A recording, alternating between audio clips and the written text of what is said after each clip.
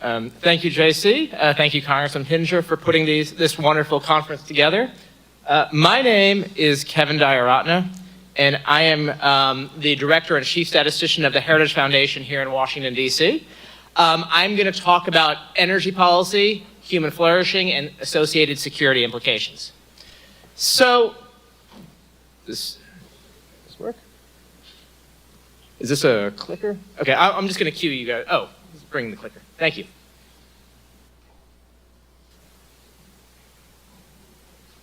Okay. Yeah, can you turn the lights down a little bit so it's a bit more visible?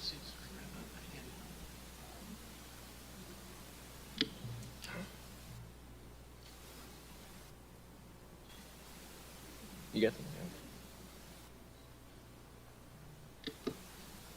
Oh, okay, that's not necessary. Okay, thank you. Okay, so let's talk about energy. Energy literally is the fundamental building block of civilization. From enabling you to start your cars, from enabling you to flip a light switch, to enabling this very conference to operate, energy is literally the basis of anything and everything we do. Unfortunately, many people take energy for granted. Because what ends up happening is when people flip on a light switch, they don't realize the beauty and the vast complexity behind the scenes that literally took years and centuries to unravel and make mainstream. So here's a question. Being able to flip on a light switch has fundamentally transformed society. So, how has access to affordable and reliable energy, as energy has become more mainstream, it's become more available, more affordable, more reliable, how has that transformed society? So this is a paper co-authored with my colleague Diana Furchtgott-Roth, who's right here, Richard Stern and Miles Pollard, titled Powering Human Advancement. And I'm happy to send any of you a copy if you would like, or even give you a hard copy.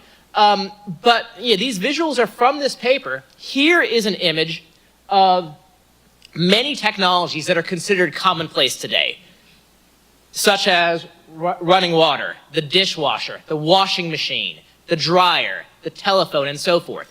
The x-axis is time in terms of years, and the y-axis is the percentage of the population that is utilizing these technologies. And you can see these have very quickly become mainstream, and the reason is access to affordable and reliable energy. So how has energy consumption evolved over time? Yeah, I think I might use this actually. Can you all hear me? Great. So here you can see the evolution of US energy consumption over time, both in the aggregate on the left and on a per capita basis on the right. And you can see in the aggregate, for example, in the early 1900s, the United States consumed about 20 quadrillion BTUs of energy, and this has skyrocketed over the 20th century into the 21st century to slightly under 100. And you can see a similar story on a per capita basis. How about worldwide? You can see a similar story here. In the early 1900s, globally, about 50 quadrillion BTUs of energy were consumed. This has skyrocketed to slightly over 600. And again, a similar story in terms of a per capita basis as well. So what has coincided with the utilization of energy? Per capita GDP. People have gotten wealthier over time. And this is really a connection that many people don't seem to realize.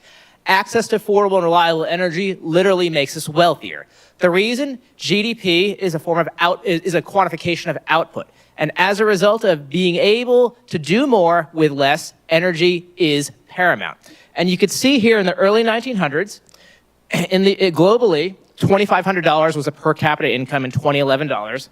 And this has skyrocketed to over $15,000 worldwide. Similar story in the United States, but obviously much higher numbers. Life expectancy. This is very interesting. Most people don't seem to realize that in the early 1900s, life expectancy was a mere 30 years of age. Almost everybody in this room would not be alive anymore in the early 1900s. This has skyrocketed to over 70 years of age globally. In the United States, it was slightly under 50 years of age. You could see that dip during the pandemic of the early 1900s. And it is now, fortunately, slightly under 80 years of age. And why? Because energy is paramount for doctors to be able to do their jobs. It is paramount to power hospitals. It is paramount to power medical treatments. It is paramount to power ambulances and so forth. Energy underpins health. Speaking of health, what about child mortality? You know, it's pretty disturbing. In 1950, child mortality was slightly under a quarter worldwide. This has plummeted to slightly under 5%. In the United States, it has also plummeted as well. And again, access to affordable, reliable energy literally enables doctors to save lives. How about agriculture? So I think many lawmakers are interested in this question in terms of farmland. With access to affordable and reliable energy, people are able to do more with less. So for example, in the early 1960s, you could see how the top pair of charts is corn yield, the bottom pair of charts is wheat yield. You could see how it was slightly above 2 and 1 tons per hectare. This has skyrocketed, and the reason is because now people don't have to use their bare hands as much. There are machines that they could depend on to literally do the job. Now, but here's the thing. What I have shown is two things, in the aggregate and in the United States. But there is obviously significant heterogeneity all across the world regarding these phenomena. So this is also a topic of this paper. Namely, what would happen if we looked at this question on a per-country basis? I think in conferences like this, you have lawmakers from all around the world, so you could see how much heterogeneity there is worldwide, how much variation there is. For example, what is the relationship between energy consumption and income? Look at this. Here on the x-axis, we have per capita energy consumption in kilowatt hours. On the y-axis, we have per capita income. And you can see the relationship here. Like I said, you can produce more, and as a result, you get richer with access to affordable, reliable energy. Countries that consume less here, each dot is a country. Each dot is a country. The less developed countries are not nearly as wealthy as the much more developed countries. How about poverty? You want poverty to plummet? Well, this chart actually really says a lot about this. Again, the x-axis is per capita energy consumption, and the y-axis is the percentage of a nation's population living on less than $30 a day. And you can see when you get above 10,000, 20,000, 50,000 kilowatt hours on a per capita basis, this percentage literally plummets because people are wealthier. You're going to have less people in poverty. So a key takeaway here that I want all of you to realize is that if you want to eliminate poverty, we got to empower countries with access to affordable, reliable energy. Think of countries like in Africa, for example. I talked about agriculture quite a bit, and now you can see the significant heterogeneity worldwide. Again, each dot is a country. Countries that consume more energy on a per capita basis are able to utilize machines to do a lot of the heavy lifting, literally. There's a vast body of literature in statistics and machine learning in terms of using these great tools to improve agricultural output in terms of letting machines do a lot of the heavy lifting.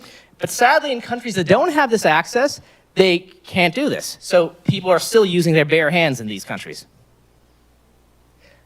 Let's go back to healthcare. So you can see here we got 4 plots. The upper left is the number of doctors per 1,000 people. The upper right is life expectancy. Then you got child mortality and maternal mortality. And you can see the clear relationship. Countries that consume more energy on a per capita basis, they have more doctors available because these doctors can be trained. They have more hospitals. They have hospitals that literally have the life-saving equipment to do their jobs. They are also able to extend lives. People live longer in countries that consume more energy. Child mortality and maternal mortality both plummet. So again, you want people to be healthier, you need access to affordable and reliable energy. This is one of my favorites. There isn't anybody on either side of the aisle that doesn't want clean air, that doesn't want clean water, and doesn't want a healthy environment. Well, countries that consume more energy on a per capita basis do better in terms of these metrics, and it's very simple why.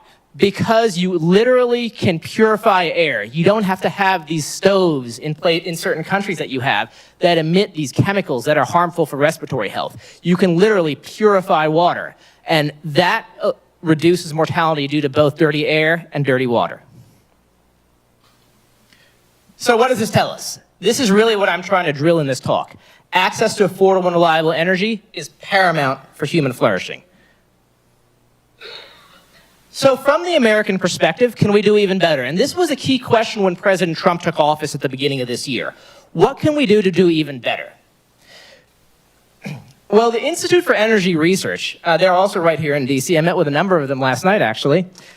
Every couple of years, they publish a North American energy inventory. This is a survey of how much coal, oil, and gas there is here in the United States, Canada, and Mexico.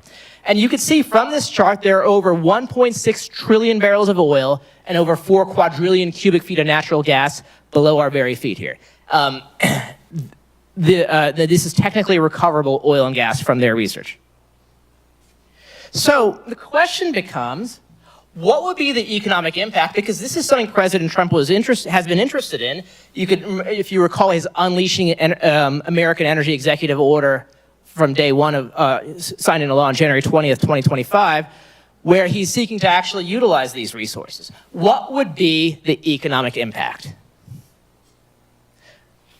Well, at the Heritage Foundation Center for Data Analysis, we have the Heritage Energy Model, which is a clone of the Department of Energy's National Energy Modeling System. This is the same model that the federal government here uses. And what we did was we took their high oil and gas case scenario, which assumes a higher amount of oil and gas supply in the domestic market, and we juxtapose it against their business as usual reference case, which assumes less. And this is a reasonable simulation of what would happen if the United States were to literally inject more oil and gas into the economy through an executive order such as the President's Unleashing American Energy Executive Order. So we compare the two in terms of economic growth. So here are the results. Through 2050, you have several million jobs created on an annual basis. And the reason is simple. Access to affordable and reliable energy reduces the cost of hiring. More oil and gas in the market, more energy in the market in general, makes it cheaper. People become wealthier because the cost of hiring is less. Employers can hire more freely, and everyone gets wealthier, which you could see in the next chart, per capita income for a family of 4. I was alluding earlier to GDP and the relationship between energy consumption. Here you could see this is the per capita income for a family of 4 on an annual basis. If you add all of these bars up through 2050, a family of 4 incurs more than $300,000 of increased income. This amounts to around $20 trillion of increased GDP over the entire time horizon. So access to affordable and reliable energy, increasing the oil and gas in this market, has significant benefits. Now, but here's the thing. There are people here who will say, okay, but that might be true, but we have to be very careful because this could exacerbate climate change. So what we also decided to do was model the climate impact of this approach. The question is, the concern, I should say, is that oil and gas, for example, and coal as well, these hydrocarbons emit CO2 when they're utilized, and this can exacerbate climate change.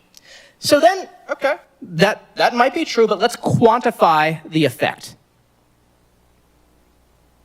So at the Heritage Foundation Center for Data Analysis, we have another model. This is called the MAGIC model, MAGIC with 2 C's. The model for the assessment of greenhouse gas-induced climate change, which is the same model the Intergovernmental Panel on Climate Change uses to quantify climate impacts. And what we did was we assumed commonly accepted projections about carbon dioxide emissions into the 21st century. And we increased emissions in accordance with the simulation we just had. Because, like I said, with more oil and gas in the market, you're going to have more carbon dioxide emissions. Now, most would agree that as a result of CO2 emissions, temperatures rise. The question is, to what extent? There's a construct called climate sensitivity that quantifies this. Basically, the idea is that once CO2 is emitted, and the system, and it's absorbed into the atmosphere, this is going to exacerbate climate change. Once the system, the Earth, reverts back to a state which we call equilibrium, then there will be a temperature increase. And the proposed potential increases by the IPCC are between 2 and 5 degrees. This is what the quote-unquote experts claim is what reasonable estimates of climate sensitivity are. So we took all of these sensitivities and we estimated the climate impacts. So what do we have? Here you could see you have a variety of pairs of curves. The blue curve is the scenario of higher oil and gas utilization and therefore increased CO2 emissions. And the gray curve is the current pathway that we are on. The y-axis is the year, and the x-axis is the temperature increase with respect to 2010 levels. And each pair of curve is under a different assumed sensitivity. So you could see that these curves barely, are barely above each other. And even under a worst case scenario, yes, you do see a temperature increase, but it is measly. You know what the temperature increase in 2100 is? 0.03 degrees Celsius. Measly, and that's under the worst case scenarios of climate sensitivity.